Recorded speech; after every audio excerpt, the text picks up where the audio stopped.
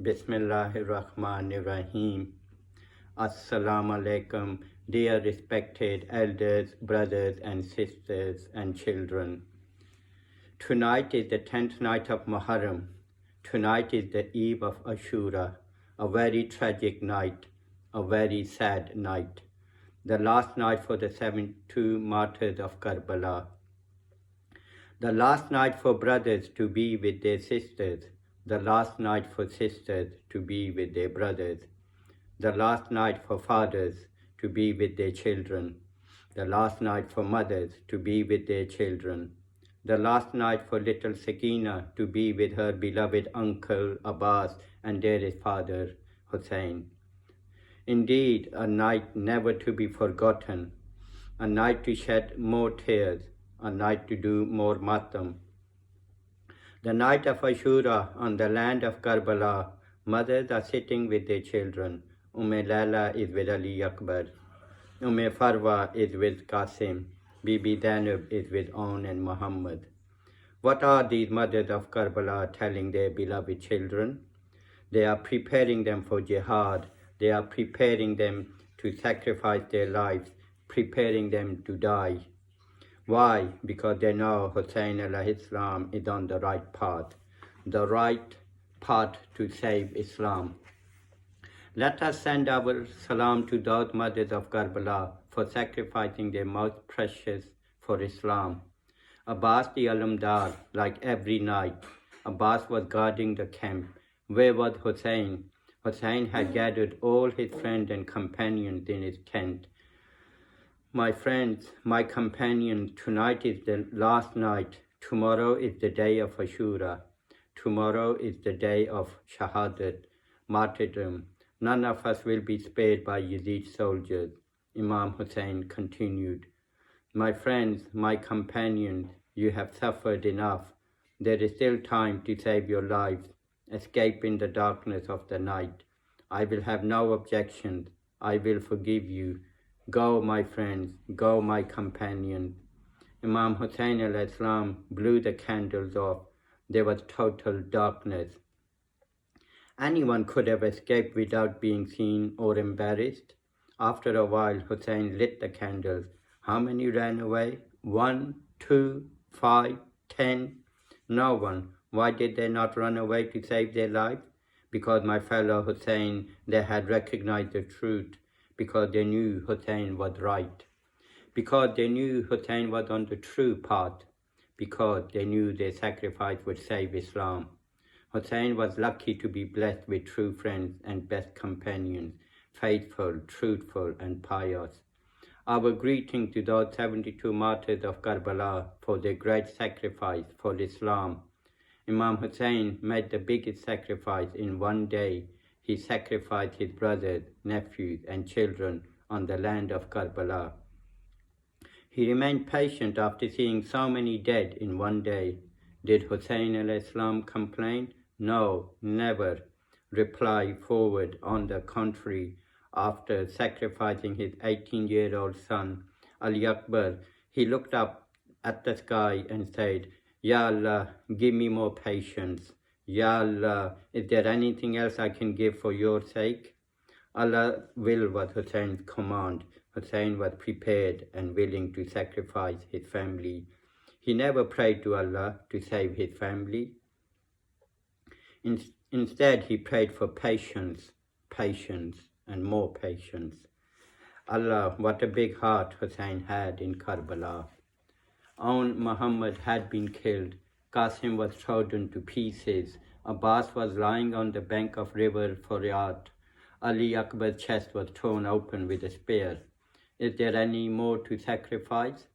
Tonight is the night of Ali Asghar, the little mujahid, the little soldier and the youngest shaheed.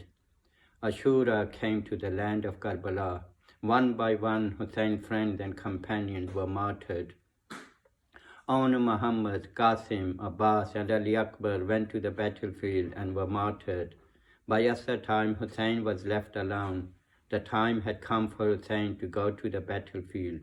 Hussein said, Fiman Allah to everyone. Hussein, with his sword Zulfikar on his waist, mounted Zuljanad, his horse. Hussein rode his horse to a small mount. He then called out loudly, "Is there anyone to help me? Is there anyone to help the grandson of the Holy Prophet?" With this call, the grandson of the Holy Prophet was giving one last chance to Yazid's men, the men who called themselves Muslims, the followers of the Holy Prophet. Hypocrites, that's what Yazid's men were. No one answered Hussein's last call, but Hussein heard the sound of crying coming from the camp. Hussein turned around and returned to his tent. "Zainab, your brother is still alive. Why are you crying?"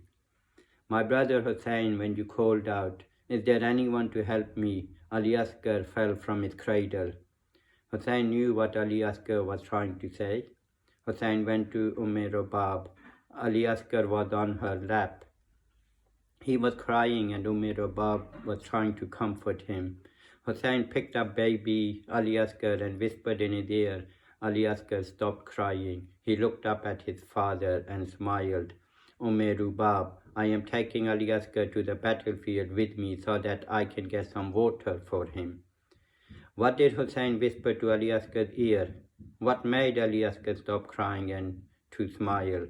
Hussein had whispered, "My son Ali Asghar, do you want to come to the battlefield with me? Asghar, do you want to show your strength on the battlefield? Come, let us go, my little mujahid, my little soldier Asghar." Rubab changed Ali Asghar's clothes. Hussein carried Ali Asghar to the battlefield. It was very hot. Ali Asghar was thirsty. Hussein covered baby Ali Asghar with his abba to protect him from the scorching sun. Yazid's men saw Hussein approaching with something in his hand. "Look, Hussein is coming with the Quran. He has no one left to help him. With the help of the Quran, he is hoping to win." Hussein walked to Yazid's soldiers. By moving his abba, he uncovered Ali Asghar. He held Ali Asghar high with both his hands and said, "O soldiers of Yazid, you feel I have offended you, but what has this little child done to you? His mother's milk has dried up. He has not had a drop of water for 3 days. He is dying of thirst. I beg you to give water to this innocent little child." Not one of Yazid's soldiers brought any water for Ali Asghar. One more time Hussein begged, "Maybe you think that when you bring water for this child, I will drink it too. I will put this little child on the ground. You can come and give him water yourself." Hussein placed Ali Asghar on the burning sand of Karbala. Ali Asghar lay quietly on the hot sand of Karbala. He turned his head and stared at Yazid's men. No water came for Ali Asghar. Hussein picked up Ali Asghar and said, "My son Ali Asghar, my darling, you are too young to fight with a sword or a spear. My little mujahid, my little soldier, you are a grandson of Ali. Ali Asghar, fight your jihad with your tongue." Little Asghar stuck his dry tongue out and moved it over his dry lips. Looking towards Yazid's men, he fought jihad with his tongue.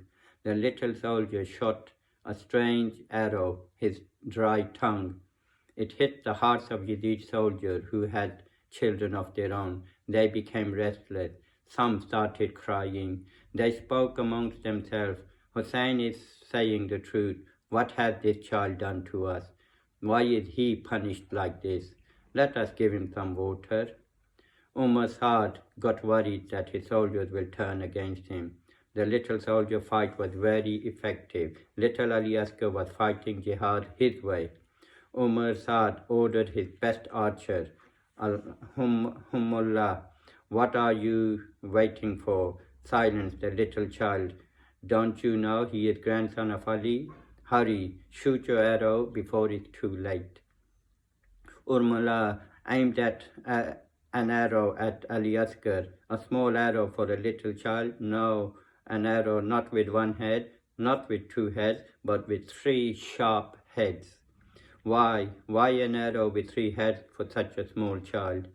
My fellow Husseini, you will not be able to stop crying when you hear what happened next. An arrow with 3 sharp heads flew across the deserts of Karbala. It was heading for Ali Asghar. Hussein saw the arrow coming. He covered Ali Asghar with his arm. The arrow reached Hussein. The arrow went through Hussein's arm and lodged in the tiny neck of Ali Asghar. Ali Asghar died instantly. Allahu Akbar, Allahu Akbar.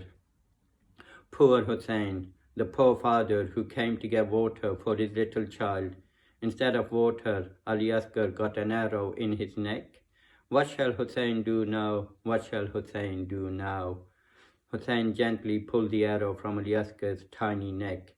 My fellow Husseini, put your hand on your heart and imagine the scene, a father removing an arrow from his child's neck. What a tragic scene. Blood gushed out from Ali Asghar's neck. A voice came from the ground. No, Hussein, do not let Ali Asghar's blood fall to the ground, otherwise no crops will ever grow from this earth. Hussein looked up at the sky. A voice came from the sky. No, Hussein, do not let the blood gush towards the sky, otherwise no drop of rain will ever fall from the sky. What shall Hussein do now? What shall Hussein do now? The sky is refusing. The earth is not happy to accept Asghar's blood. Poor Hussein wiped Ali Asghar's blood on his face. Hussein started walking towards his tent. He saw Ali Asghar's mother, Rubab, standing by his tent. A mother anxiously waiting for her baby. Hussein thought, how can I face Rubab? What shall I tell her? How can I tell her that the baby has been martyred without water? How? 7 times Hussein went forward and then turned back, saying, Inna lillah wa inna ilahi raji'un. We are from Allah and to Him we will return. He finally reached the tent where Rubab was standing. Rubab, come and take your Ali Asghar. Rubab, your little soldier, has died for the sake of Allah. Rubab took her little child, Ali Asghar. She hugged him and cried her heart out. Come with me, Rubab. Enough, Rubab, enough. Let us bury our baby Asghar. Hussein and Rubab walked to the back of the tent. Hussein dug a small grave with his sword, the Zulfikar. Rubab placed Ali Asghar in the small grave. My fellow Husseini, why should we not cry tonight? Why should we not do matam tonight? Have we ever heard of any other father and mother digging a grave and burying their own child? Where can Hussein get water to sprinkle on Ali Asghar's grave? There is no water to sprinkle on Ali Asghar's grave. Hussein sat by the grave crying. Tears poured on the grave. Ali Asghar's grave was sprinkled with Hussein's tears. Inna lillah wa inna ilahi raji'un. We are from Allah and to Him we will return.